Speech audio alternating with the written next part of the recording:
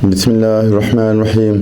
अस्सलाम वालेकुम दोस्तों, आज मैं बात करूंगा मेनोरेजिया पे, यानी एक्सेसिव ब्लीडिंग जो फीमेल्स में, ये फीमेल टॉपिक है।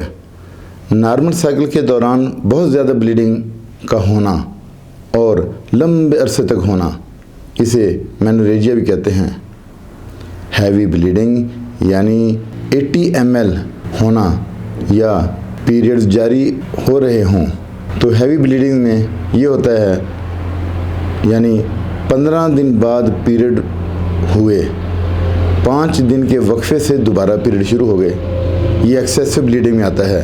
या पीरियड्स लेट होना, 10 दिन के बाद स्पॉटिंग लगे, 1 हफ्ते के गैप के बाद फिर स्पॉटिंग और फिर 2 महीने तक ब्लीडिंग यानी पीरियड जारी रहे।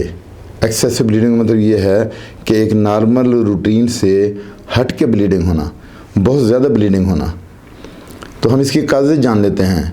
एक तो सबसे पहली वजह यह है कि हार्मोनल इम्बैलेंस की वजह से भी होता है, और दूसरा स्वेलिंग होने की वजह से भी होता है कि अगर फीमेल में के यूट्रस में स्वेलिंग है, फिर यूट्रस में फाइब्रॉइड या सिस्ट हों, तब भी एक्सेसिव ब्लीडिंग होती है। इसके अलावा एंडोमेट्रियोसिस की वजह से ब्लीडिंग हो सकती है। एंडोमेट्रियोसिस में ये होता है कि जो एंडोमेट्रियम लाइन एक बनती है फीमेल के यूट्रस में, अगर वो कहीं और जाके बने और यूट्रस में ना बने, तो उसे हम एंडोमेट्रियोसिस कहते हैं। पोस्ट मेनोपॉज हों तब भी, यानी बिल्कुल पीरियड ही ना आए, और ये 45 के बाद होता है फीमेल्स में अक्सर, तो ये भी एक्सेसिव ब्लीडिंग में आता है कि बहुत अरसा से पीरियड ही नहीं हो रहे फीमेल को। दोस्तों, जो ज़्यादा ब्लीडिंग होती है वो अनीमिया की वजह से भी हो सकती है कि खून की कमी पाई जाती है पेशेंट में। इसके अलावा PCOD या PCOS की वजह से भी एक्सेसिव ब्लीडिंग हो सकती है। PCOD क्या है कि पॉलीसिस्टिक ओवेरियन डिजीज़, यानी जब तक ये डिजीज़ थी तो ठीक है, लेकिन जब ये PCOS बन गई, यानी पॉलीसिस्टिक ओवेरियन सिंड्रोम, जब ये गुच्छे बन गए, सिस्ट के सिंड्रोम का मतलब गुच्छे, जब ये गुच्छे बन गए तो फिर बीमारी बढ़ गई। पहले ये डिजीज़ थी, इसको हम PCOD कहते रहे, लेकिन जब ये गुच्छे बन गए फिर PCOS कहने लगे। एज फैक्टर भी इन्वॉल्व है इसमें कि मेंसेस जो है ना, वो एज फैक्टर की वजह से भी बंद हो सकते हैं। यूट्राइन ट्यूब का काम ना करना, और फिर इसके अलावा हाइपोथायराइडिज्म की वजह से भी ब्लीडिंग हो सकती है कि हाइपोथायराइडिज्म आपका जो है, हाइपोथायराइड जो है वो सही काम नहीं कर रहा। इसके बाद हम ट्रीटमेंट देख लेते हैं होम्योपैथी में कि वो कौन कौन सी मेडिसिन है जिसकी वजह से ये जो बीमारी है इसमें आराम आ सकता है।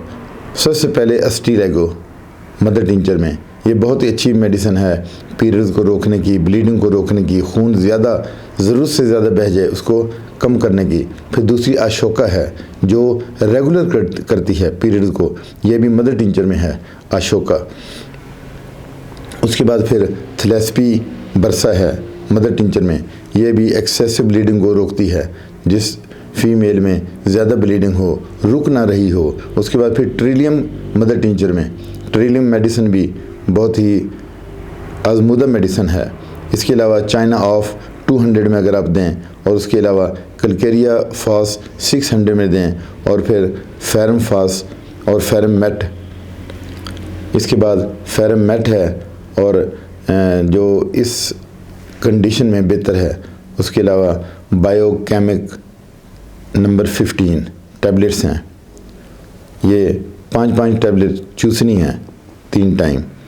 तो ये इसकी कोई और वजूहत भी हो सकती हैं। ये जो मेडिसिन मैंने बताई हैं, ये सारी की सारी पेशेंट को नहीं देनी, बल्कि इसमें से ज़रूरत के मुताबिक, सिम्टम के मुताबिक वो मेडिसिन हमने देनी है जिसकी ज़रूरत है, और ये डॉक्टर ही बता सकता है। सेल्फ मेडिकेशन से बचना है आपने, और उसके बाद फिर ये कम से कम 1 महीने तक लेनी है ये मेडिसिन, और उसके बाद फिर अपने डॉक्टर से रुजू करना है। हो सकता है वो इसमें कोई और मेडिसिन ऐड कर दे जिसकी वजह से आपको जल्दी आराम आ जाए। इसके साथ इजाज़त चाहता हूँ, अपना ख्याल रखिएगा। अल्लाह हाफ़िज़।